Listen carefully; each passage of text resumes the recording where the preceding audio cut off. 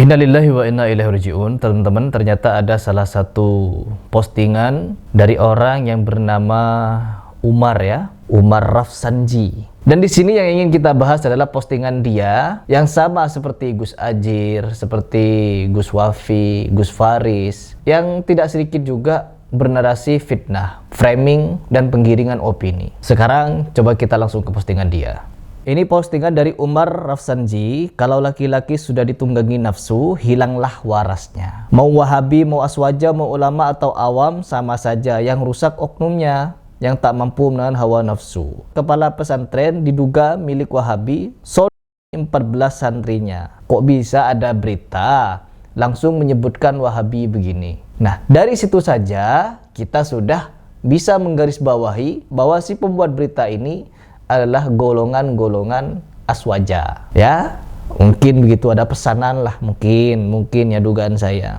Dan kita bongkar faktanya. Bongkar faktanya ya. Nah, postingan ini langsung diberikan bantahan oleh akun lain yang bernama Abu Fadel. Rafsanji ini wirid hariannya hanya menyebar fitnah dan kebencian. Betul. Entah penyakit akut apa yang dia derita, mungkin perlu diperiksa ke dokter ahli saraf. Barangkali otaknya error 404 ya. Berita ini sudah lama, tahun 2019. Dan orang sudah pada tahu, terutama orang yang tinggal di Langkat, bahwa itu pesantren modern Al-Ikhwan bukan milik Salafi. Ada linknya teman-teman, menyertakan bukti. Tapi yang namanya fitnah, ya dia akan bangga dengan fitnah. Mentang-mentang orang yang melakukan tindakan asusila ini jidatnya hitam begitu ya, langsung dicap Wahabi. Orang jamaah tabligh banyak yang hitam jidatnya juga. Kiai ini, kiai yang ngajarin zikir-zikir Allah hey, Allah hey, Allah hey. Hey Allah hey, Allah hey, Allah hey, Allah hey, Allah hey, Allah hey, Allah hey. Oh, nggak ngaji ini. Apa Allah hey, Allah apa? Maksudnya Allah hey itu apa? Zikiran model apa itu? Kok ada zikiran Allah hey? Itu orang ini jidatnya juga hitam. Apakah setiap orang yang jidatnya hitam karena kebanyakan sujud langsung dicap Wahabi? Kita harus lihat juga tekstur dari sejadahnya. Kasar, empuk, halus, atau bagaimana? Karena orang kalau banyak sujud di sejadah yang agak kasar, itu bisa menimbulkan hitam. Bukan berarti harus digosok-gosok gini biar hitam.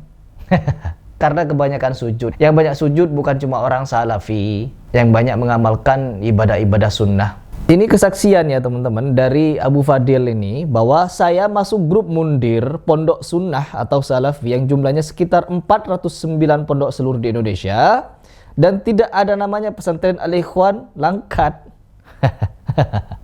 Tuh.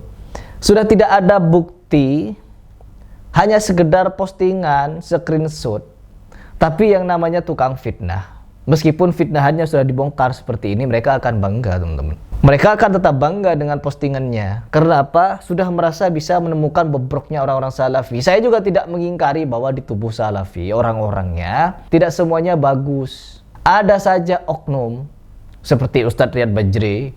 Saya orang pertama yang getol membahas dia ketika memberikan pernyataan orang-orang yang mengharamkan rokok, maka dia akan mempermalukannya. Kata Ustadz Riyad Bajri begitu.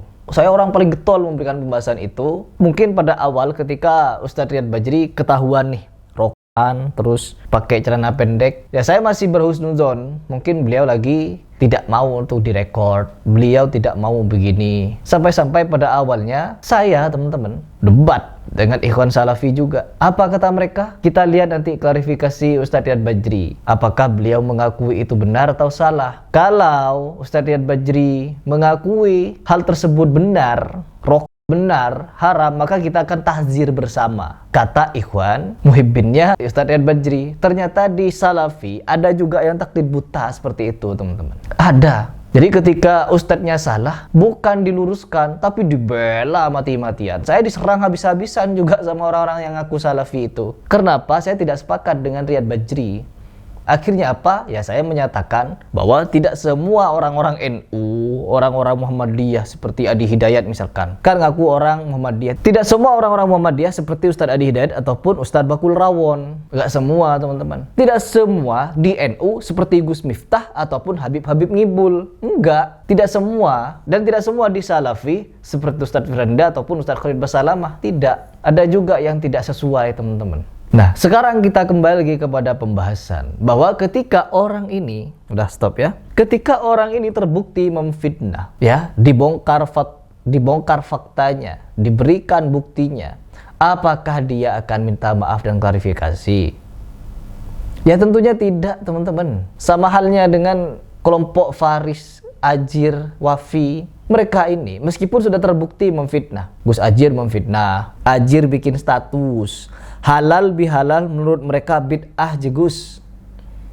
Ini fitnah teman-teman. Karena untuk menjatuhi hukum bid'ah, kita harus tahu apa bid'ah dulu. Bid'ah itu adalah ritual ibadah yang diada-adakan. Sedangkan halal bihalal bukan acara ritual ibadah. Bukan. Sekarang coba kita simak beberapa pendapat dari Ustadz Salafi yang mengatakan halal bihalal itu bukan termasuk ritual ibadah. Jadi bukan bid'ah, boleh-boleh saja. Murnian ikuti sunnah Nabi ini penting sekali. Allahu a'lam. Jadi tradisi khusus minta maaf, termasuk pada saat Idul Fitri pun tidak ada sebenarnya maaf lahir batin itu. Yang ada adalah para sahabat saling mengucapkan taqabbalallahu minna wa minkum. Artinya semoga Allah menerima dari kami dan dari kalian. Tentu saja orang-orang yang melakukan ini adalah perbuatan yang tidak disalahkan, kita tidak salahkan. Tuh. Tetapi kalau mau murni sesuai dengan sunnah Nabi, maka tidak ada ibadah itu. Ya. Tuh, perhatikan teman-teman. Kalau mau berbicara apakah halal bihalal itu salah atau benar, tidak ada yang menyalahkan. Tapi kalau kita mau mencontoh sunnah Nabi, ya bukan halal bihalal. Apa namanya? Yaitu saling mendoakan. Tidak ada yang membid'ahkan. Lanjut dulu. Ustadz, halal bihalal dicontohkan Rasul. Masalah ekspresi kesenangan pada hari Lebaran ini bukan masalah ibadah, tapi masalah tradisi. Nah, yang masalah ibadah adalah masalah solatnya. Solatnya silakan anda solat sesuai dengan ajaran Nabi SAW. Khotbah dulu baru solat dulu baru kemudian khotbah. Tidak boleh khotbah dulu baru solat. Ini melanggar. Tidak boleh tatkala solat pakai adzan dan iqamat, karena solat Id tidak ada adzan dan iqamat. Tidak ada namanya solat tahiyatul lapangan, nggak ada. Ya, ini semua ikut contoh Nabi SAW. Tapi kalau ekspresi tentang kesenangan pada hari tersebut boleh. Boleh. Karena halal bihalal itu secara bahasa aneh maknanya. Halal karena halal, maksudnya gimana? Ya. Tapi namanya kita kumpul-kumpul setelah Id. Ini istilah orang Indonesia saja, halal bihalal. Dalam Arab tidak ada istilah ini. Tapi pelaksanaannya boleh-boleh saja. Ya. Jadi masalah yang penting dijauhkan dari hal yang haram. Jangan sampai halal bihalal kemudian ikhtilat, putar lagu dangdut. Ya. Nah, ini tidak boleh kalau sudah seperti itu. Iya. Saya dulu pernah menghadiri acara halal bihalal di satu tempat waktu saya masih dahulu belum ngaji. Ya, ada musiknya, kemudian ada kasidahnya sambil musik-musik mungkin biduan wanita dan macam-macam. Ini tidak boleh kalau seperti ini. Tapi kalau kumpul-kumpul, kemudian mungkin acara makan, apalagi diselingi pengajian, boleh-boleh saja. Ini ekspresi kesenangan, boleh ya. Boleh. Dengan cara apa saja, selama tidak melanggar syariat. Halal bihalal katanya bid'ah. Kata mereka siapa itu? Wong selama saya menyimak mungkin ada 1-2 ustadz yang berlebihan menganggap halal bihalal itu mungkin bagian ibadah.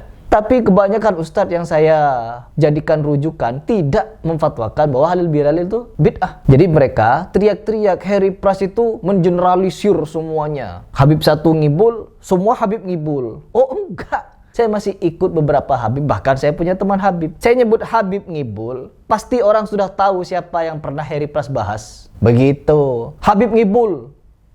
Tidak semua Habib yang tidak ngibul saya sebut. Tetapi orang-orang yang sering saya bahas, ya mereka lah. Pasti netizen saya itu tahu siapa yang ngibul-ngibul para Habibnya. Karena saking kebanyakan Habibnya, saya kadang sebut oknum Habib. Jadi oknumnya sekali, Habibnya banyak. Gitu teman-teman. Ya, jadi semoga bisa menjadi bahan renungan nih Umar. Mungkin ini Umar Ganggai dimaksud oleh advokat Muhammad ya. Ya semoga Umar Ganggai ini ditangkaplah karena fitnahannya terlalu banyak. Segera dilaporkanlah kalau begitu.